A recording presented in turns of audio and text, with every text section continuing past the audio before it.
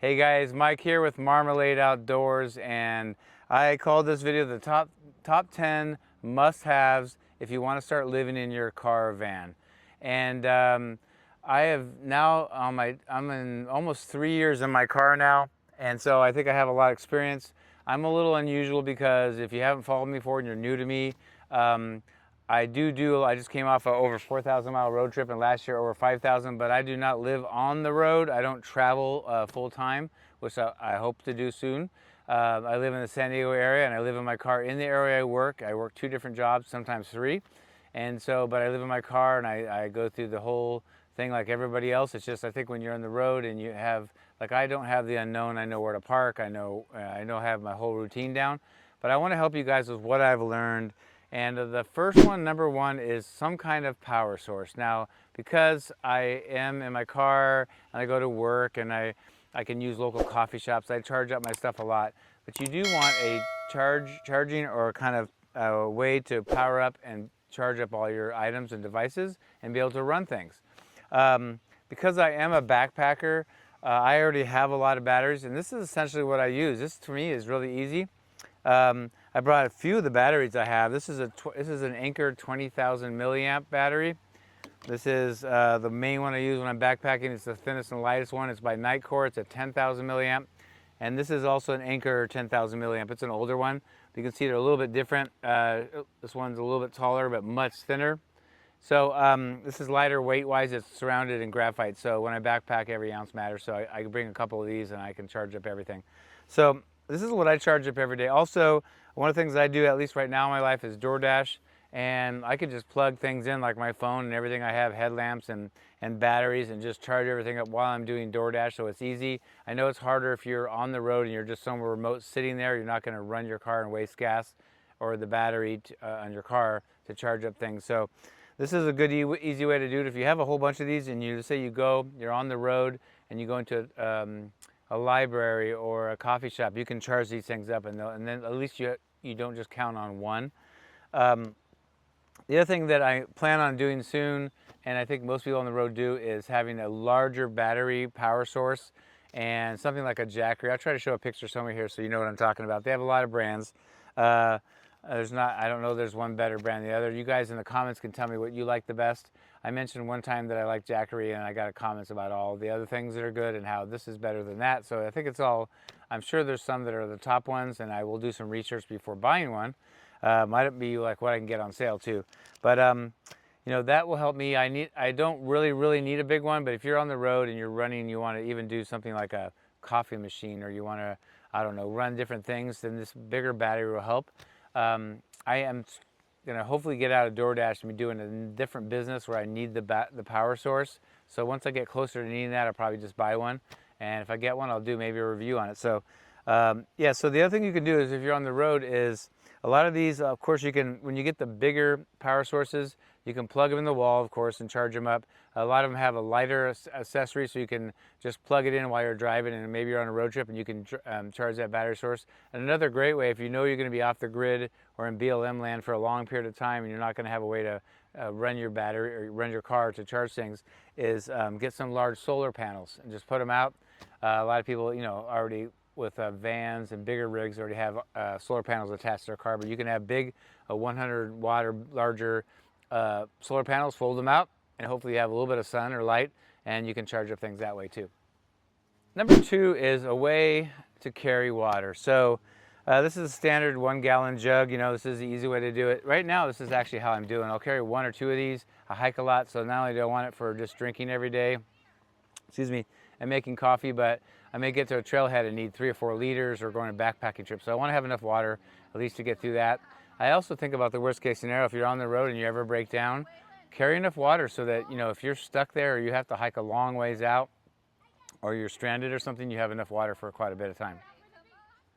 Okay, I had to wait for just a second. They have like a little preschool kind of thing here in the park that for these kids, and every time I come here, I seem to pick the time that they're here. So anyway, they're really cute, and they're looking at frogs right now. So the last thing I want to say about water is, I carry the 1 gallon jug, but when I'm on road trips, I took a picture of it. I'm at about a quarter mile from my car, and I have my 7 gallon water jug that I normally carry on road trips. but it was full of water and so heavy I didn't want to carry it uphill to here. So I took a picture of it. So here it is. I got it at REI. It's 7 gallons. It's great to have in your car for that scenario where maybe you're going to be off grid for a long time, or just to cover your rear end in case something happens and you're stranded. You can run out of food and survive for about 3 weeks, but not water. So water is about 3 days. So yeah, so the 7-gallon thing, I just go to the grocery store and you see those water machines on the outside of grocery stores. At my place, it's just went up to, it was $0.25 per gallon, now it's 50 cents a gallon. So, I can do $3.50, I can get 7 gallons of water. So, yeah, just keep that in mind. There's obviously all kinds of containers. If I have, I'll put some pictures here of different ones. But yeah, just get one that fits in your car. They make skinnier ones that fit into your cars and vans a little better. But yeah, just a way to carry water. All right, number 3 is a way to keep your cold type of foods cold. And this is what I use. I've been using it all 3 years. I'm looking to maybe upgrade, but I just use, this happens to be a 26-liter cooler. Actually, this is my I bought a second one. The first one I've had actually way before I ever started living in my car. So it's getting closer to the end of its life. So I have a second one. It's identical, but it's I like it because it's tall. You have to remember too, when you buy a cooler of any type, you're gonna have a bag of ice in there that's gonna take up 1/3 or more of the room. So I like tall because you can put bottles and things that are vertical in there and they fit really well. It fits actually behind my passenger seat, and it becomes my headrest when I sleep in the back because my head is right behind the passenger seat. So it happens to be, I have one other thing underneath this and behind the passenger seat, and it makes it level perfectly for my mattresses. So yeah, this happens to be an Igloo one. Obviously there's 12-volt low voltage ones. I'm looking at one now I may get. There's one that's, it's kind of pricey, but it's basically, you can charge it, I don't have a power system or a solar system to keep it running all the time, but you can plug it in, and I do drive a lot, so it can keep it cold all the time. And then let's say I go to work, it can be unplugged, but it'll stay cold for a while, and then when I were to get in the car again, it can stay plugged in. It also has the newer, there's a version that I like that has a battery, so that when you stop the car and you go to work, let's say, the battery helps it keep running. And then when you plug it in, it keeps charging. You can also just take the cord and the battery, and if you're in a coffee shop or, like I said, a library, you can just plug it in and charge that battery. So that's the backup once you turn your car off. So I'm really intrigued by that. It's also larger, so I'll have more room. Lastly, I just went car camping. I put the video out yet, but I did go car camping in Palomar Mountain, which is northern, eastern San Diego in the mountains. And I made a menu and lots of food. I like to cook. So I use my camp stove, but I made some good recipes, but I didn't have enough room for the cold stuff just in my one, so I brought a second one. So you can bring them if you're going on special trips. I bring both of them, and it gives me enough room. So yeah, way to keep yourself cold. Number 4 is blackout window curtains or covers, and these are imperative you have these. You cannot be very stealthy if you're obviously you're out in nature, it doesn't really matter, you go over and pull somewhere. I like to have covers no matter what at night, whether I'm in a public place where I can hide, or if I'm out in nature. I just like to have, not only if I want to sleep in, let's say, I don't have the sun come in the car. Also, some of the ones I have have some thermal quality, so like it keeps the cold out or the heat out, things like that. If I want to take a nap, I can keep the cabin cool if I want to take a nap in my car. So I have a mixture of window shades. So the first one I did, I've made videos on this. I made a metal Reflectix. You can buy a big roll of this on Amazon. Metal Reflectix, and cut out the back, and there's 2 side windows on each side. I have a little guy and a bigger one on the side, so I made covers for those. I've had these forever.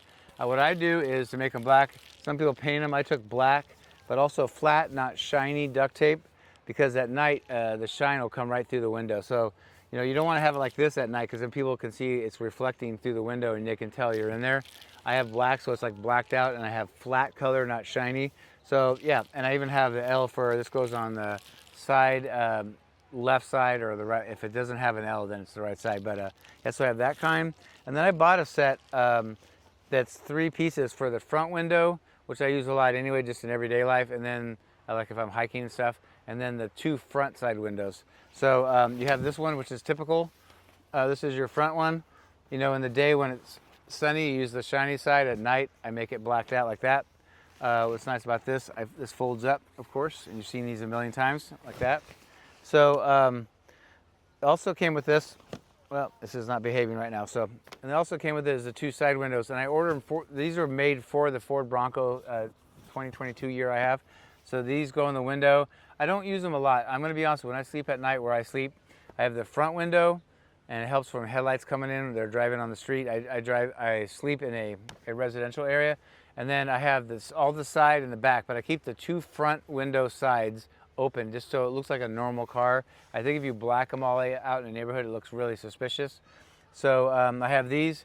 They're just really light and easy, and they fit my window perfectly. So I have 2 of those. So that's that. And I think that's it on the window covers. I think, you know, you can buy some really, really nice ones for cars to fit your car perfectly. I saved a little money by buying this. In the long run, I probably should have just bought them because it's a lot of work. It takes a while to get them all trimmed. You know, you mess up a couple times and have to keep remaking them to get it right. So yeah, a way to block out sun and get your privacy, especially privacy when you're living in your car or van. All right, 5 is a common sense one, but a gym membership. So I am a member of one that happens to be open 24 hours, but they are struggling and they're making more and more of their locations not 24 hours. It happens to be where I live. At mine is kind of a main one, so there's still 24 hours. And actually, I take that back. They close at like 10 at night and open up at 5 in the morning, but I don't go to the gym till just a few minutes after 5. It's just not because of that. It's just when I was going anyway, so it doesn't affect me any. But yeah, you want to find gyms that are 24 hours. Also gyms that have a lot of locations, especially if you're on the road. You guys know the chains that are, there's a lot of locations all over the place. I have one that's kind of more Western. I think if I do get on the road ever full-time all the time, I would change gyms because they're only in the West. So anyway, so that's what I do. I have a gym bag that's like an old hiking day pack. And I have all my shaving stuff and bathroom stuff and hair stuff and brush and toothbrush, all that kind of stuff in there. I have my own towel, and I go up and get in every morning. I get up at 4:45 every morning, and I'm in the gym just a little after 5, and I take a shower and shave if I have to. And it's so funny because I see the same guys. We're all regulars. We all get in there at the same time, all work, and so we all, you know, kind of talk and chat, and then we get going for the day. So I'm usually out of there by 5:30, 5:40.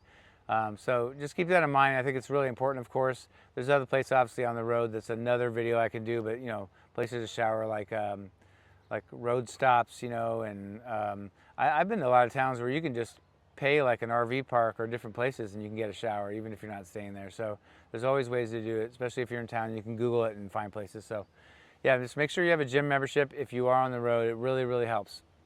All right, number 6 is one that I've struggled with a lot, and I'm even currently struggling with it. It was good for a while, not anymore. It's just good sleep system in your car. I'm going to see if I upgrade. I might have to buy something used. I keep buying cheap solutions that are online like Amazon, and it hasn't been working, but I've tried the first year and a half was really high-end air mattresses. When you use them every day all the time and you have crap in your car, eventually they get punctured or warped or they fall apart because they're not really meant to be slept on every day.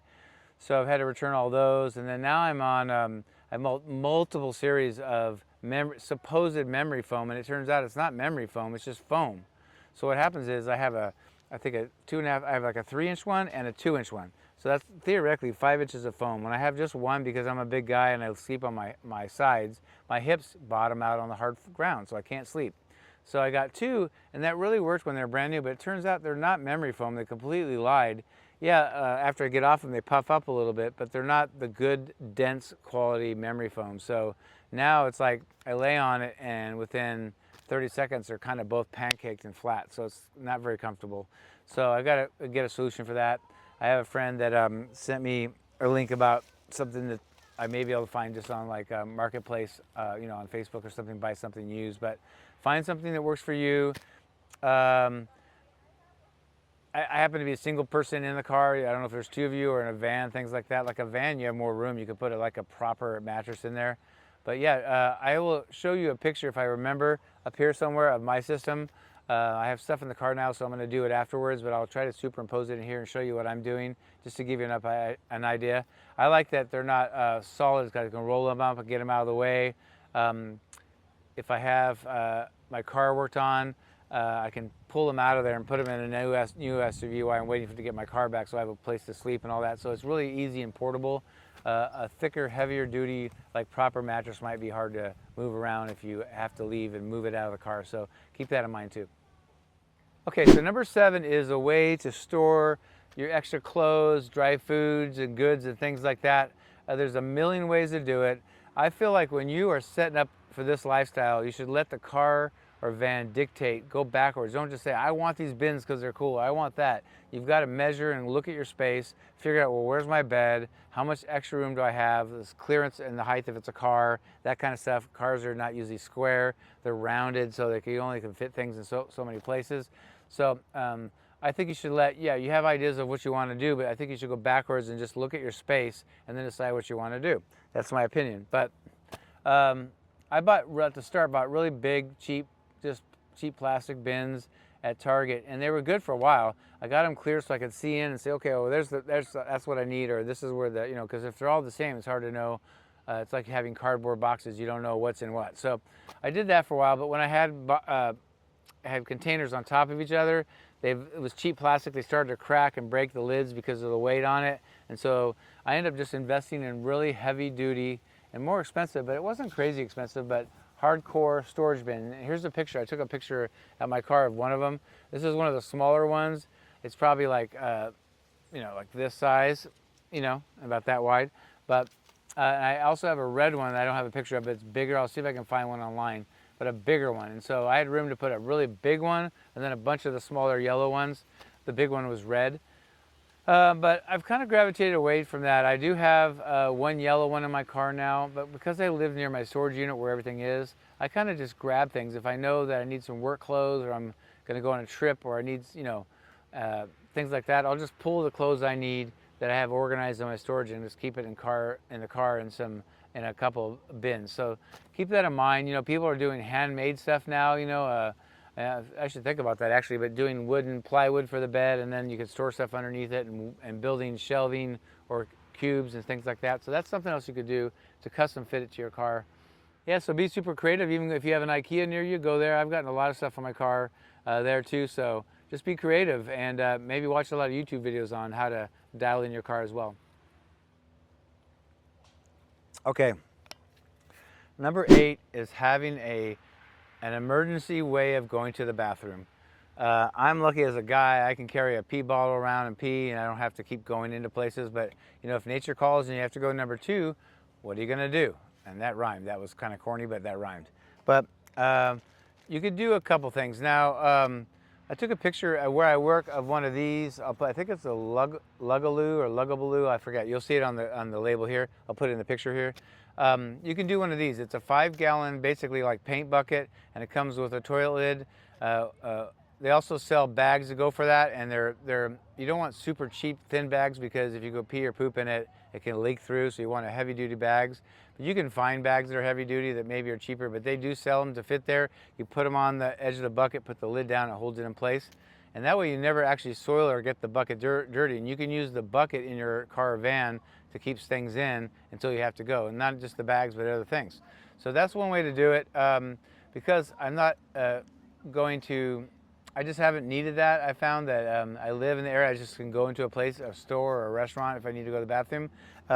If you needed a really cheap, light way to do it, you could do it the way I do it for backpacking, which is a deuce of spades. It's just titanium or aluminum, it's aluminum. Just a trowel.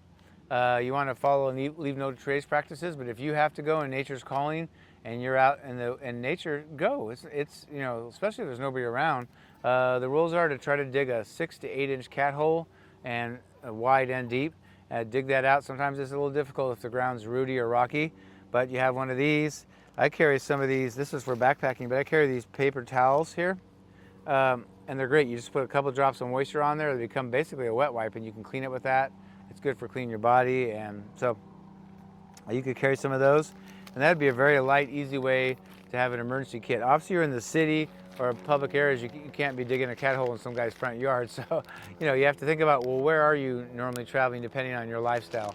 I happen to be in cities and towns in the public, so I don't use this except for when I backpack. All right, number 9 is a way to heat up or cook your food. Now, because I do live in the areas I work and I'm not on the road, like traveling to lots of remote places where I'm by myself and there's no facilities, whatever that, I just have a Jetboil stove, one of these. You may have seen them if you're a camper or backpacker. Here's some fuel. And all I do in the mornings when I go to the gym, I kind of park further out so I'm by myself. I go do my thing, take my shower, shave, whatever I have to do, clean up. When I come out, I have my coffee mug, which I didn't bring, and I basically have the water that I showed you, and I'll fill up the water up to where I want coffee, and then I pour it in the stove. I attach it, to the fuel, and I boil water. It takes like 3 minutes. In the meantime, I put my creamer, I put a little protein powder and some other things in mine, collagen, things like that in my coffee in the mornings. Then I set up, I have a plastic cone. I do drip coffee, so I have a plastic cone. And I have paper filters, and I have a thing of ground coffee, and I put 2 scoops in there. And then once the water, and it all is seamless, I have it all timed. And literally in about 7 minutes, I'm done making coffee, cleaned up, everything's put away. I have a little plastic box in the back left corner as you open my tailgate in the back left corner. That's just all my coffee kit that has everything from Splenda to all that stuff. So, think if you're not doing this, this is a super easy way to do it. You can also use this to boil water to make ramen and certain foods that just take water, like a dehydrated meal. Because when I'm out backpacking or camping like I did recently or something like that, then I'll cook. I love to cook. Or I'll use boiled water to make things like ramen. But the other way you can do it, I don't carry this all the time, but when I camp, I bring it. This is my camp stove right here. And there's lots of different sizes. I got the bigger of the 2 sizes on purpose because what I figured out was, and I sell a lot of stoves at where I work at REI, and the problem is when you get a smaller one, it's not a problem. Smaller is obviously more portable and handy, but I felt that if I'm cooking let's just say you're out camping at a campground and you're making spaghetti, you have a big saucepan and you have a big pot usually. And they weren't physically fitting on the small stove. This one does. This has enough room to and I actually bought a saucepan and a pot that fit on this.